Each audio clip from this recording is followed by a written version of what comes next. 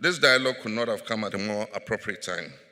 For far too long, the architecture of African states has rested on foundations imposed during a colonial era that neither understood nor respected our histories, our culture, or our aspirations.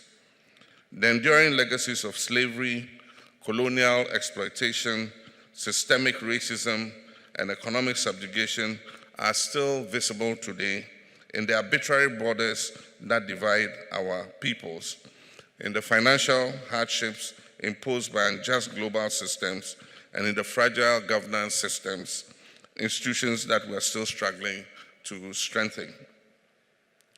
We gather here not only to examine this painful past, but also to shape a different and a better future for our continent, where African agency, sovereignty, and dignity are restored and respected.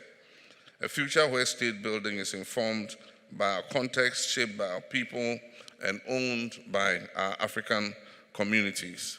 This dialogue cannot afford to become another ceremonial event filled with lofty speeches but void of action. Our citizens are watching and waiting. Our young people comprise the majority of our population and are growing increasingly impatient. They are not asking for charity, they demand fairness. They demand opportunity and a stake in our continent's future. Civil society is mobilized, our diaspora is engaged, and our institutions, though still evolving, are increasingly bold and ready to deliver.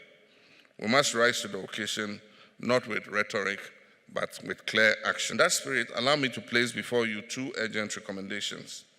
And the first is I wish to commend the African Union Executive Council for extending the theme of the year on reparations to a decade on reparations.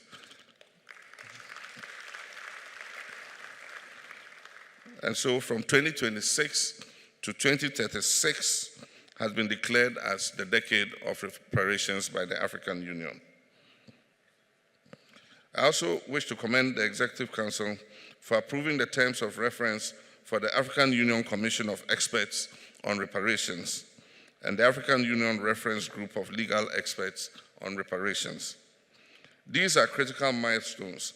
However, we must now move swiftly to operationalize these instruments. We must empower these bodies with the resources, visibility, and mandate to lead us on this noble journey of truth, justice, and restitution.